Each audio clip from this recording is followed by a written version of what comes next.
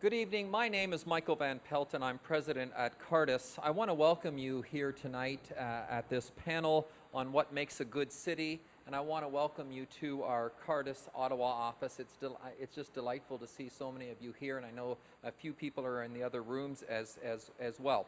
We're excited to have you here for this discussion. Welcome to you all. I especially want to welcome elected officials in this room. There's a bunch of you. I will not point all of you out, but in this country it's very easy to take the challenge and responsibilities of elected office for sure. You often bear the brunt of our anger rather than the admiration in our souls, and at Cardus it's the latter that we're actually interested in, although we will be glad to take you on in certain cases when it comes to policy. But it's an important office, and we want to recognize you and thank you for the time and the commitment you make. I also want to recognize the Cardus Board of Directors that is here tonight. We're in the middle of our board meetings, and I especially want to welcome an old municipal leader who happened to be our chair of our board, John Koch from Southern Alberta. John, thank you very much. Some of you are here from the Federation of Canadian Municipalities Conference, in which Cardus has an active presence. We want to thank you for that as well. Thank you so much for joining us here. Hello to longtime friends and to new people as well. I want to invite you to stay after the panel.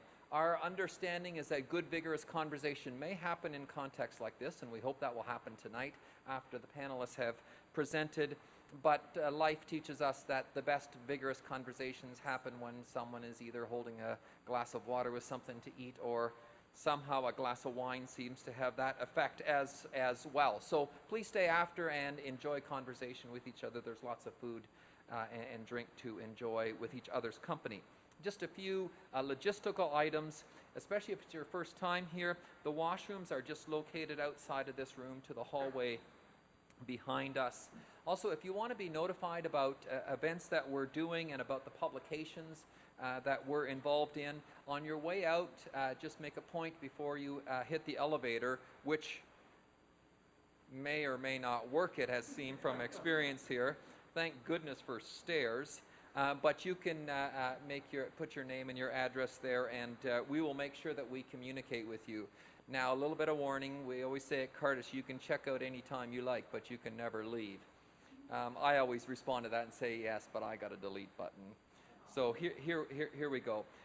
Also tonight, it's exciting. Yesterday we released our Halo effect calculator, which I'm sure Milton will talk a little bit about.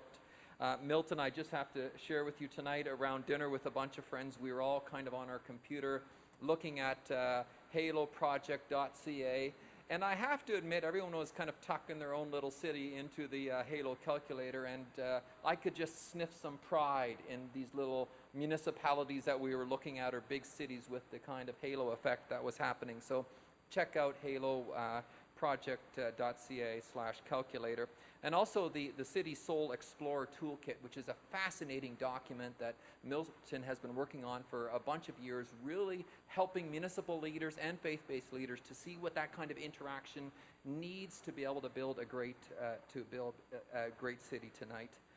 Milton will talk a little bit more about that. I'm going to introduce the panel shortly, and we'll just run through their presentations, but a little bit about Cardus and its name.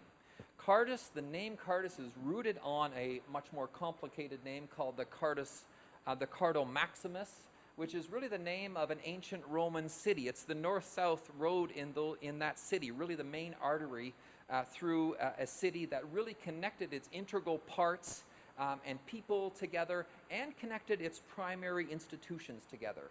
That was the road where the major conversations about how we ought to live together and how these different institutions need to interact together happened. So that's really the root of the name Cardus, and it's actually the root of what we actually do at Cardus as well.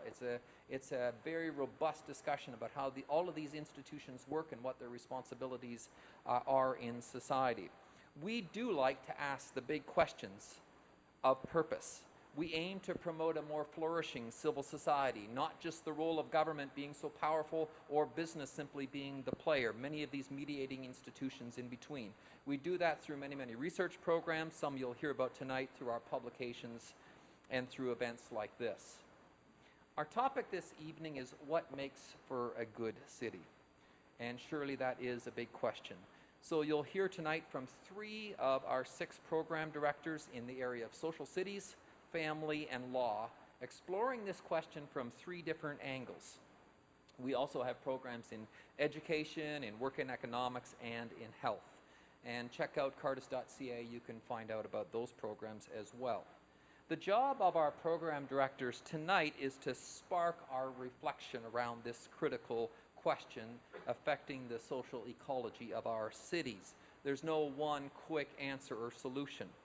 And we want to follow up, as I said earlier on, with a generous amount of time for questions and answers. So get your mind attuned to that, to make those questions sharp or those responses sharp as well. And we thank you for joining part of this conversation.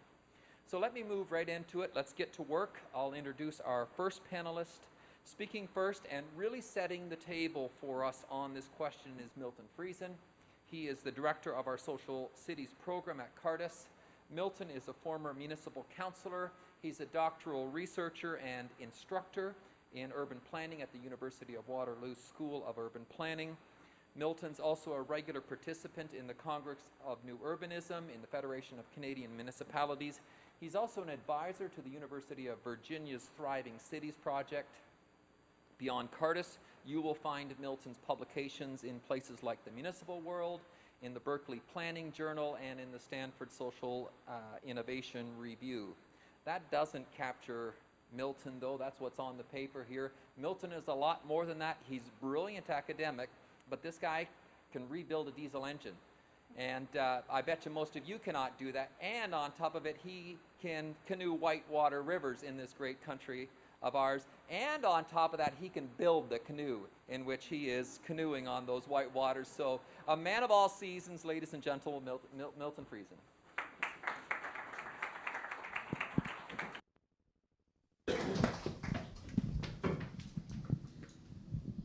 Well, we're getting this set up. The good news about the elevator is you're already on the 7th floor, so if you have to revert to stairs, down's always easier than up. So that's good news. Yeah. If the elevator fails while you're in it, being on the 7th floor has the reverse effect. So we'll hope that's all going to turn out well. Thank you for coming. Thank you for being here tonight. Thank you, Michael, for the introduction, and to my fellow panelists and colleagues tonight. I'm not going to be reviewing our programs. I'm not going to pitch you something to buy tonight. I'm going to break some communication rules by raising questions I really won't answer. I'm going to talk about books and ideas and possibilities, and I'm going to talk about multiples of them, and that's another broken rule. I only really want to do one thing: invite you to think more deeply about the cities that we live in. And beyond that, to invite you to consider your own sense about what a good city is. There are times when even think tanks need to be called back to the core purpose, so the challenge is as much to myself as it is to you. There is no city building for dummies. If you see that title, don't buy it. There's nothing simple or reducible if we are serious about cities. If it's simplified, packaged, essentialized, walk on by. As Hillary Putnam famously said, any theory that fits in a nutshell belongs there. The same is true of cities. Many corporations, promoters are selling our city leaders a vision of the good city. More development, more technology, more control, more sustainable programs, more prosperity. One assumption often made is that if we knew more, we would do better. If we had better data about traffic problems, we could turn rush hour in Ottawa or Toronto into a veritable commuter's playground. But knowing more along our current lines of thinking may simply not be enough. We may need to learn to know some things differently. We need to know our cities differently. Today, much of our debate around cities judges them to be good or bad. Are they solutions to problems, or are they the causes of them? Are cities the solution to climate change, or do they cause it? Are cities the solution to social decline, inequality, energy use, cultural production, Or are they the causes of inequality? Do they drive the divides among us deeper? Cities are unusual entities. They don't have coherent self-identities. We refer to cities, but they're not really living in the sense that we commonly think of something being alive. They don't choose destinies. They don't choose good or evil per se. When we speak of cities in general terms, branding them as coherent single entities, almost as if they're conscious agents, may obscure the fact that they are deeply complex. Their social powers are exercised in a startling range of ways. Many of our summaries of cities oversimplify them. That isn't helpful. I don't want to do that. And I'm going to encourage you to think about not doing that as well. What is a city? Well, one of the reasons that the death and life of great American cities has remained so popular over the past 50 years, instead of bringing books tonight, I brought some thin slices of books to show you as I talk about a few of these things. One of the reasons that the death and life of great American cities has remained popular for the past 50 years was Jane Jacobs' intuition that professional people have deeply misunderstood what a city is, and thus offer solutions that may do more harm than good. We love to talk about power and political gain, but these considerations may mask our most significant limit, our own thinking, the assumptions we make when we think about a good city. Like many other well-known books, Jacobs' Death and Life is often cited. Its contents are assumed to be widely known, but it is rarely studied deeply, and it isn't known nearly as much as it should be. The danger of the assumption cuts both ways. In Jacobs' case, those who dismiss her do so on the basis of a few Jacobs memes that swirl around like dust bunnies through the halls of urbanism. She didn't want to build anything. She was against cars and so on. While those who love her repeat the various mantras of the fans, eyes on the streets and the ballet of the sidewalks. There's a need to continue to read and reread Jacobs as an excuse for us to have debates and discussions about the kinds of cities we want, the deeply intricate ways in which cities function, and the great potential of learning from neighborhoods and communities that are truly alive and vital. Having returned to the book for teaching, writing, and thinking purposes repeatedly over the years, I'm always repaid with a spark of provocation, an encouragement to look beyond professional fence building. She provokes us, she admonishes us, calling us to think again about our city assumptions. In a similar way, Kevin Lynch's classic Good City Form provides us with many ideas, examples, and design possibilities to think about. If Jacobs challenges us to be independent and exploratory thinkers, to trust our instincts about what a good neighborhood is, Lynch forces us to notice 1,000 details, patterns, and structures spatially we may otherwise have glanced past. His drawings and images, margins, sketches that continue page after page force us to pay attention to the intricate range of elements that comprise city streets, buildings, and spaces, what Bill Hillier famously called the social logic of space. If we actually study Lynch, we may understand what he means when he quotes Sullivan as saying that humans need to build and design to create a fit, abiding place, a sane and beautiful world. A beautiful, well-formed and sane city is one that arises from our collective labors, our work as artisans of the places where we live. Jan Gale, in Cities for People, reminds us that some of our most beautiful cities, the places that he says draw us back to visit, to fly to linger in, and maybe even to propose in, are the places that we had long before there were data streams or sensors or automated mechanical electrical systems or silicon brains.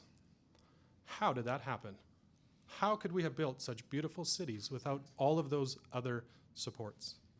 Can we retain both that ability to enrich our new spaces amid the new technologies that surround us? It's not clear that we can, or perhaps more accurately, it's not clear that we want to. Cities and technology have always been deeply intertwined.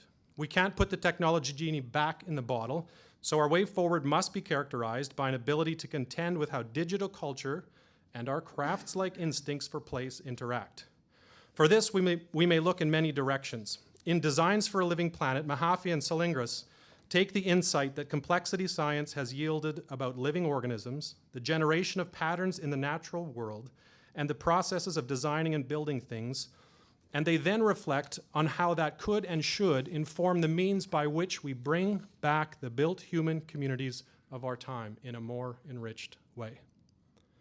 Their work reflects cities as a coherent balance of difference, a harmony of 1,000 variables that has matured beyond the adolescence of industrial certainty, beyond growth over beauty. Intelligent and resilient urban design is not an exercise in going back to what we once had, somehow expunging technology from our communities. It is instead an intensive search for and commitment to wise building and design, toward greater visual acuity, so that we can see and understand what makes great neighborhoods attractive over time. In some cases, cities appear to mimic life. A city may not be a living entity, but it mimics many of the qualities of life. Like a living entity, it can grow or decline, and it takes in resources, energy, food, people, to generate other kinds of resources, malls, cars, houses, digital devices, and waste. Economists understand these dynamics in one way, sociologists in another, and engineers in still other ways. Maybe that's why we sometimes love and sometimes hate our cities. They are all of these things. In Invisible Cities, the novelist Italo Calvino portrayed one single city as many different cities, constituted by the markedly different experiences of those within it. In that sense, to speak of a city is to tell a different story for each citizen in it.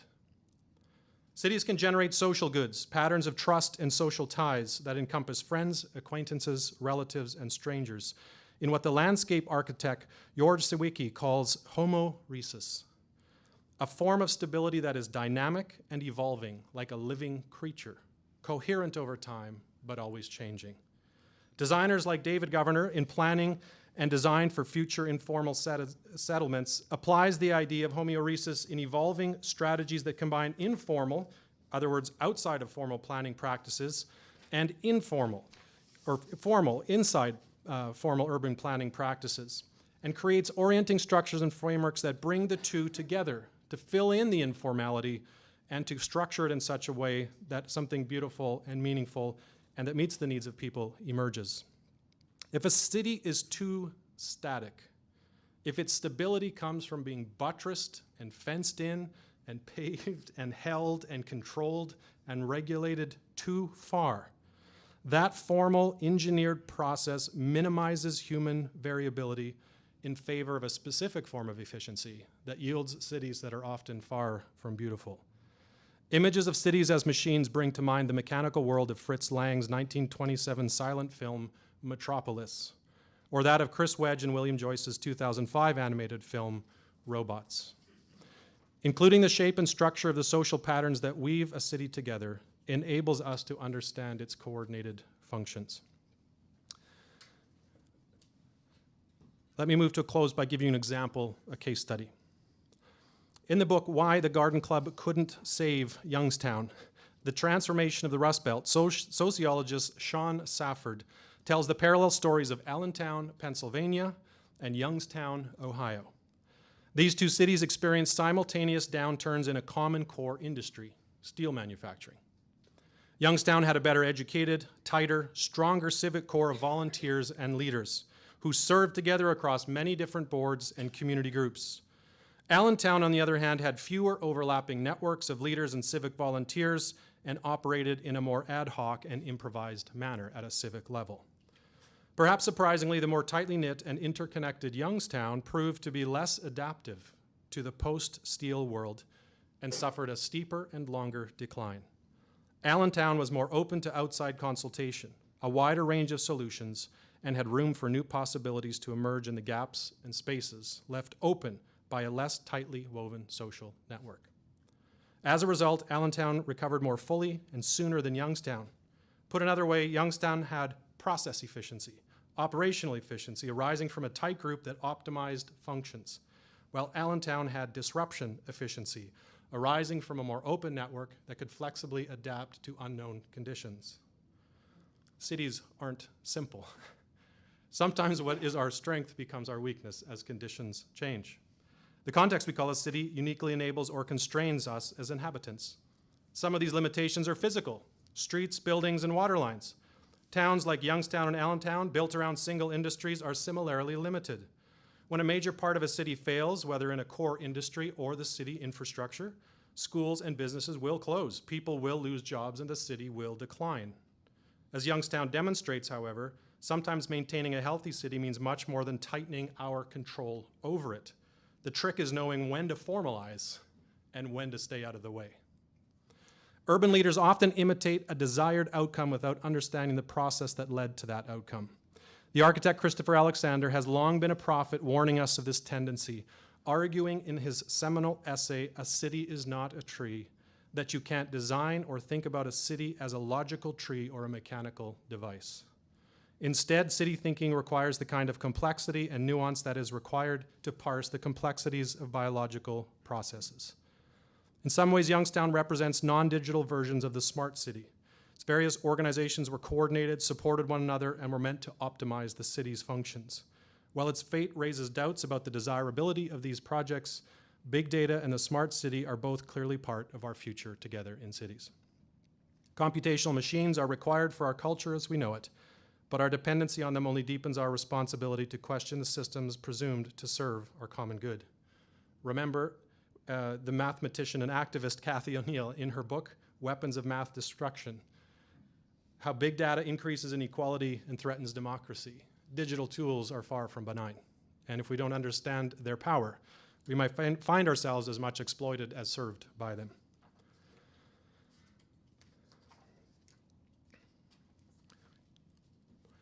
The big pitch for smart cities is that digital tools can help us manage the complexity of the environment around us, because computers are much better at certain kinds of calculations than we are.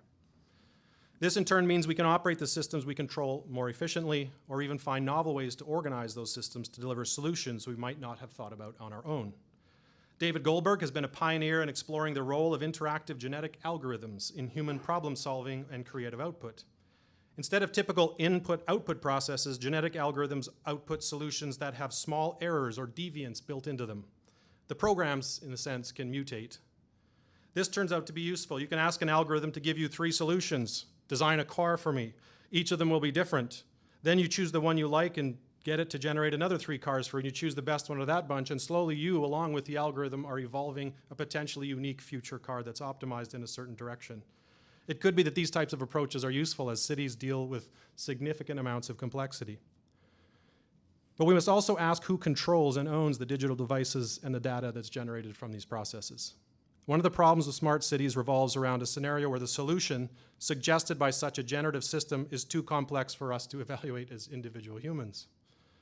David Weinberger, in a Scientific American article, The Machine That Would Predict the Future, asks us to consider what would happen if a control system decided the best solution in a given scenario was something dramatic or seemed extreme, but we had come to trust its process. In other words, it was opaque to us. We couldn't actually evaluate how it arrived at the solution, but there's the solution for us to consider. He asks us the question, what would we do in that situation? Would we concede a human limit, or would we trust the machine? Cities are one of the most likely contexts where such questions will need to be encountered, and the potential impact on us as citizens is significant.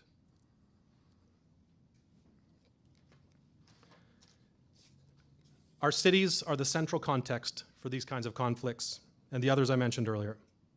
Knowing what they are, what we are, and what we want, how cities are changing and how we are changing with them, is a requirement for us if we're going to answer the question about what a good city is.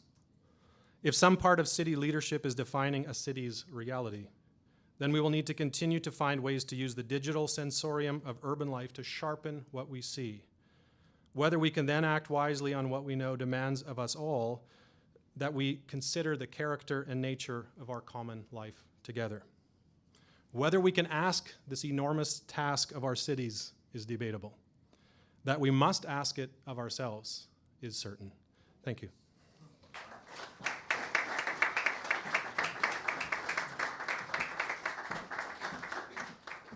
Okay, that will take us through the rest of the evening, ladies and gentlemen, to think through that.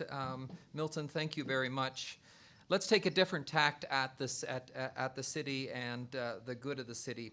Andrea Mrozek directs the Cardus Family Program. On the topic of cities, Andrea grew up in Toronto. She's lived in Berlin. She's lived in Prague. She's lived in Washington, D.C. She's lived in Calgary, and she now calls Ottawa home. Prior to joining Cardus, Andrea was the executive director of the Institute of Marriage and Family Canada.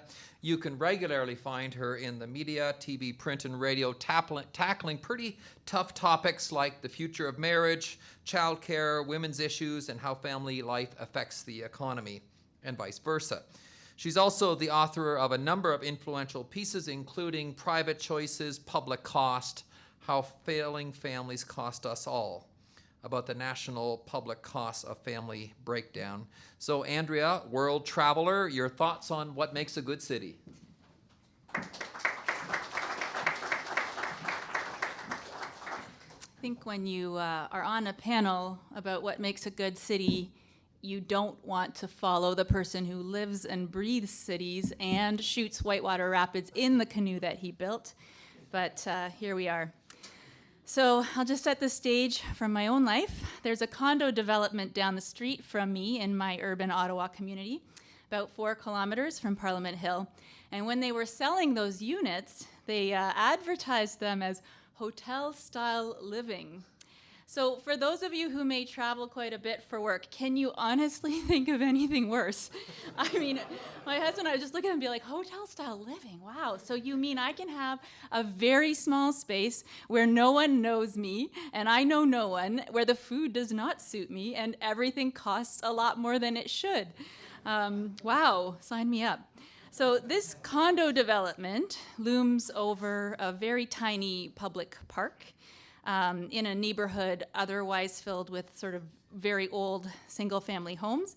There's play equipment in the park that goes, from what I can tell, unused. I confess I haven't gotten up close to try it out, but there's a basketball court where adults largely play basketball, and bike polo, actually, Sunday mornings.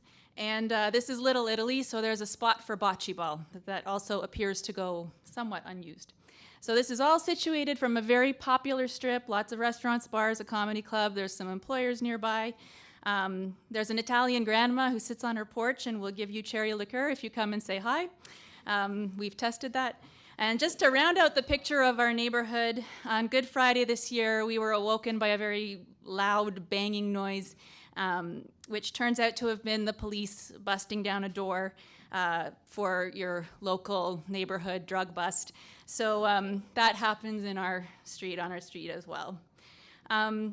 Certainly there are some children next door and a couple down the street, but I think I can count on one hand the number of families on my street. Mostly working adults live on our street, folks without children like myself. And if this glassy hotel living condo indicates anything, and I think it does, the proportion of children in the neighborhood is about to go down and not up. So with this picture painted of one street, perhaps it calls to mind your own street. For me, that was sort of the groundwork for the discussion of what makes a city good for families, which is how I understood the question today.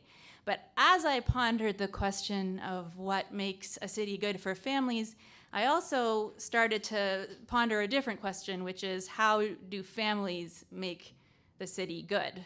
So 2 sides of a coin there. On the first question, we'll begin. What makes a good city for families?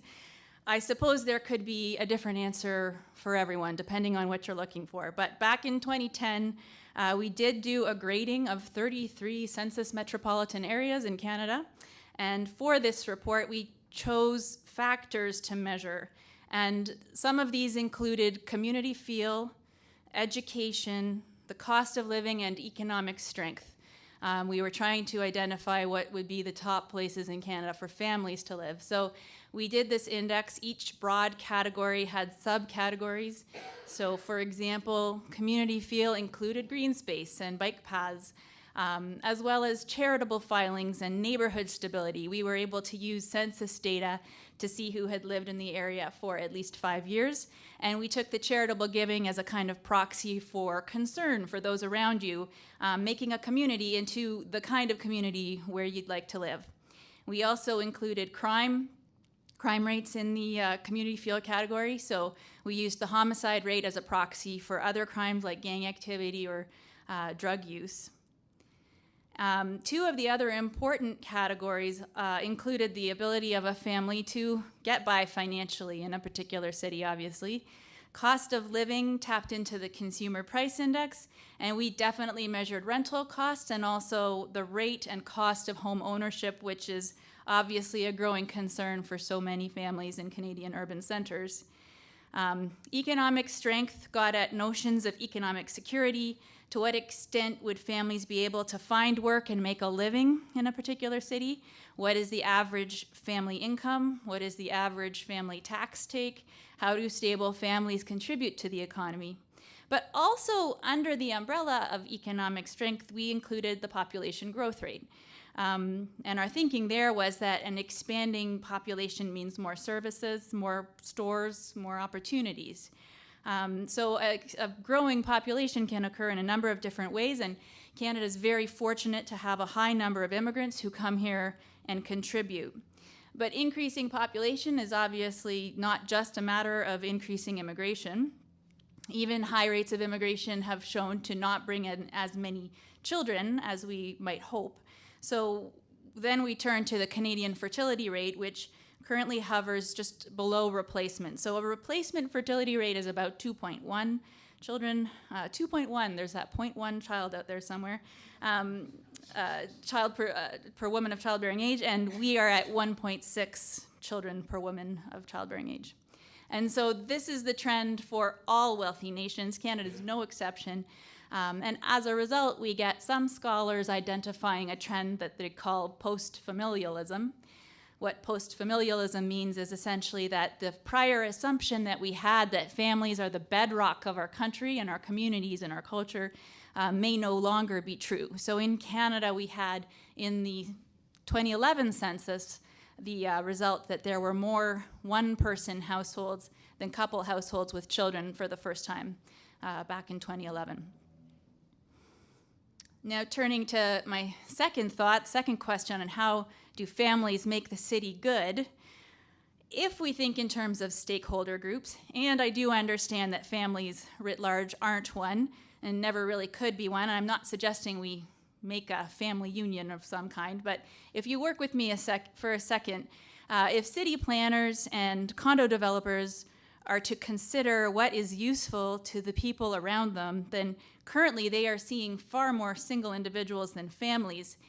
So people do buy up those hotel-style condos. There are no more left for sale, and they fit one, max two people for the most part. If we don't like what those condo developments represent, which I take to mean a kind of individualization or atomization of society, then we do need to consider why builders keep building them and have success selling them. So this leads into a bit of a chicken and egg discussion. Can we attract families to urban centers with just the right combination of green space and parks, a low crime rate, and economic opportunities? Or do we need more families such that they make cities from the ground up, regardless of any enticements? I started today with my lovely street here in urban Ottawa. I can see the developments around me, both demographically and then, of course, by developers. And in due course, I suspect it will only be Little Italy in a historic sense, that many more of the single-family dwellings will be bought up to make more condos. I do wonder whether my husband and I would stay there if we had children, and that's a question to which I don't have an answer. But if I were to conclude with one thought or hypothesis, it might be this, that be it resolved that stable families bring more good to cities than cities can bring good to families. Thank you.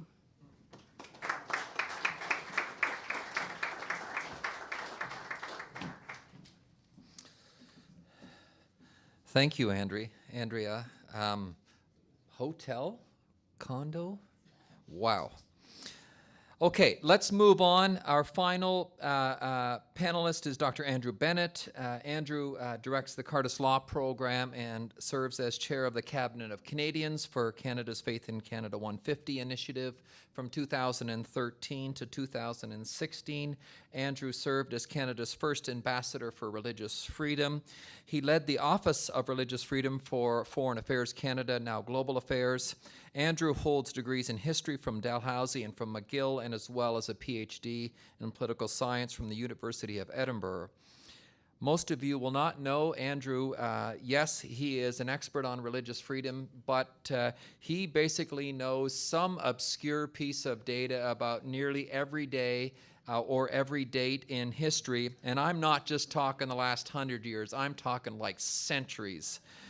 So it just might spill out here and there. He usually can't resist himself with some kind of unique story, so catch him for those stories after. Andrew, you have to kind of limit that history kind of side of you in this talk here, but let's take a tackle at it.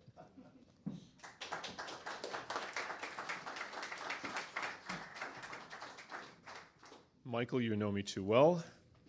I want to talk today about faith in cities, meaning religious communities living in cities. We should have faith in cities as well, but I want to talk about the role of faith in cities, in urban spaces.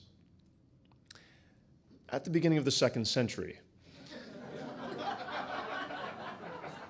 and I'm only saying this today, Michael, because today is an important day in this context. Today, on certain church calendars, is the commemoration of St. Justin Martyr, also known as Justin the Philosopher. Now, Justin Martyr lived at the beginning of the 2nd century. He was a Roman citizen, a patrician, well-schooled in rhetoric, in philosophy, and he embraced Christianity, having grown up in a pagan household. He embraced Christianity after perusing all sorts of different scholastic and philosophical schools. And he confronted the persecution of Christians, one of the early persecutions that took place in Rome at the beginning of the 2nd century. The Roman authorities, the Roman government, the people of Rome, felt that Christians were a threat to public order. They thought that they were destabilizing the polis. They were destabilizing the imperial city because they were accused of being atheists. Atheists because they did not worship the household gods, the household deities that had kept Rome safe, the city, for a very long time. They refused to burn incense before an image of the emperor, so on and so forth. And Justin Martyr said in this apology that he wrote to the Emperor Antoninus Pius, he said, Christians are excellent people. And what he meant by excellence was that Christians cared about what happened in the city. Christians cared about what went on in the city. They were concerned that Romans took their newly born children and exposed them on the hillside to die. They were concerned about how the city functioned. And they were concerned about the welfare of its citizens. And so Justin Martyr said, don't persecute us. We are excellent people. And I want to apply that to our understanding of the role of faith communities beyond simply Christian communities in our world today and in our cities today here in Canada. Members of faith communities are excellent people, and they have demonstrated for a very long time, especially in this country as we mark 150 years of Confederation, about the impact that faith communities have had in cities, in our society, where we live. We live in a secular state, thank goodness. The government is not bound to any one church, any one religious tradition, whether we're speaking about the federal government, provincial government, or municipal government. But we do not live in a secular society. Don't let someone pull that fast one over on you. We live in a society that is a rich tapestry of many different faith communities that dot all of our cities, that have helped to knit together our cities, to knit together citizens through the work that they do. As we say with our Faith in Canada 150 initiative, this is Canada and faith matters. And faith matters where we live. The role of faith communities in this country is profound, not simply in the last 150 years, but all the way back to pre-European contact, where even indigenous traditions, indigenous religious beliefs helped to knit together those early communities.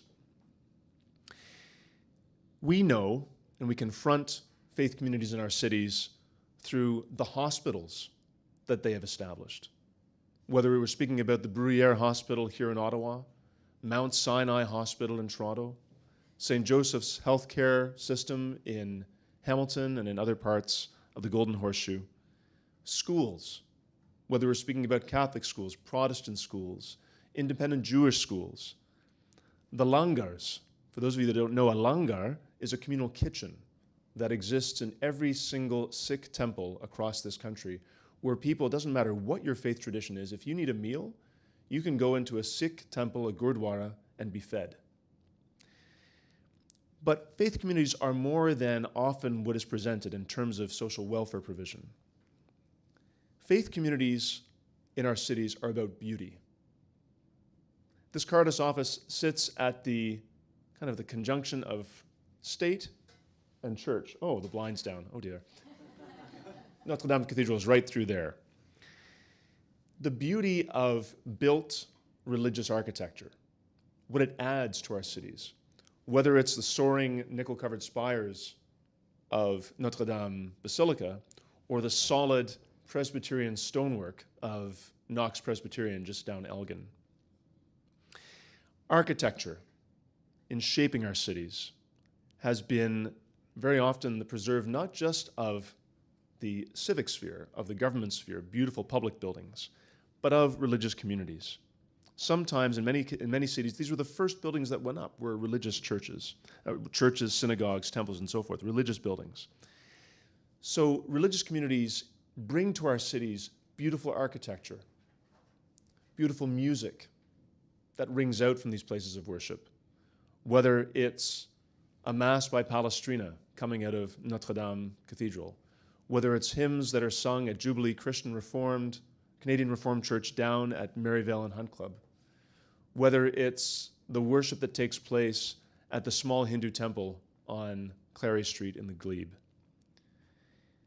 It's about art, the beauty that exists in these churches and temples and gurdwaras. It's also about the transmission of ethics, of virtue, of a moral sense that these faith communities provide, and that gets brought into the urban square, into the public square, where it helps to shape an understanding of citizenship. Where as citizens, we are responsible for one another. We're responsible for human flourishing. We have a responsibility to one another.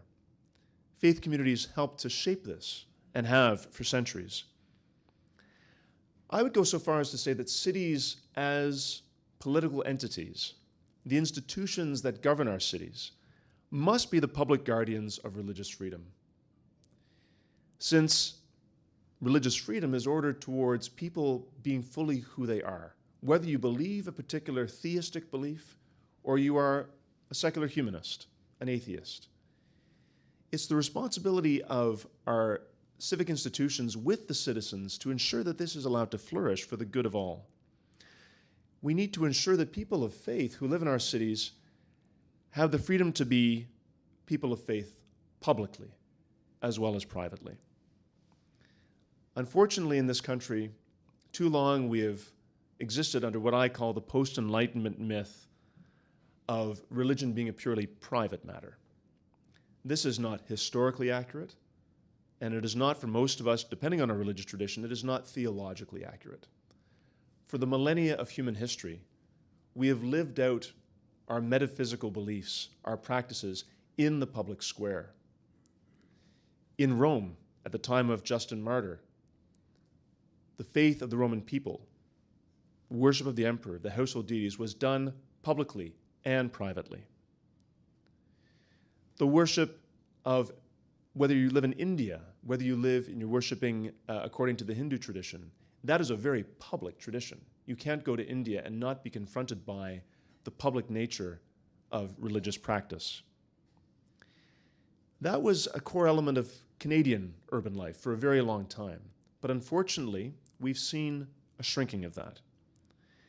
I think we need to find ways together to correct that that trend, and to really ensure that people of faith are not being marginalized. They're not bringing themselves out of the public square to privatize their faith even further. Cities, the civil society groups that exist in cities, municipal institutions have to champion and support faith communities so that they might go about their valuable work in building our common life, helping to shape how we live together, advancing human flourishing. So I want to sort of conclude my thoughts with what I call 5 suggestions, 5 provocations perhaps, for faith-filled cities. What does a city look like that encourages and facilitates public displays of faith for all communities? What does a city look like, such as Outremont, that instead of restricting buildings of places of worship, it actually encourages the Hasidic Jewish community on a festival like Simchat Torah, when they're celebrating the joyous completion of the reading of the Torah for that year, bring that out into the streets. Have that joyous celebration so that everyone can see. And you profess your faith in a public way. And people are drawn to that. People see the beauty of that. What does it look like in a city like Mississauga, where the Hindu community, at the time of celebrating Durga Puja, this great festival, is processing through the streets with all these wonderful floats, these wonderful tributes to their particular tradition? What does it look like in a city like Edmonton, where all of the different Eastern Christian communities in the early hours of Easter Sunday morning are supported and encouraged to be out processing around their churches in the streets, celebrating the resurrection? Number 2, what does a city look like that ensures that city zoning not only allows for religious buildings and associated spaces and associated facilities, but actively encourages them as a civic good? Number 3, what does a city look like where they hold regular and dependable and frank consultations with faith leaders on the effective delivery of social services, and a really proactive coordination with faith communities?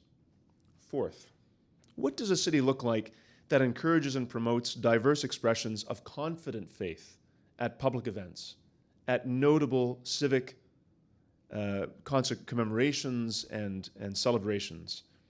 Not where different communities are forced to kind of go down to a mushy middle and kind of gloss over what they believe to try and appease people or to be polite, but actually live and express their faith fully so that there's a full and authentic faith on display. What do cities look like that focus on education? Education for their police services, for emergency medical services, for civic leaders and public servants who regularly work and encounter faith communities on a day-to-day basis, to have a basic formation in what these communities believe, how that belief shapes their involvement in the public realm, and how that faith shapes how they contribute to make civic welfare a focus in the broadest sense. I think it's time to reflect historically on what has been the role of faith communities in our cities, and to look again at what these communities are doing today. And again, as Michael mentioned, the HALO project, haloproject.ca, gives you an indication of the impact that faith communities have in a very real, tangible way. So let's reconsider the role of faith-filled cities and champion that, both as civic leaders and as citizens. Thank you.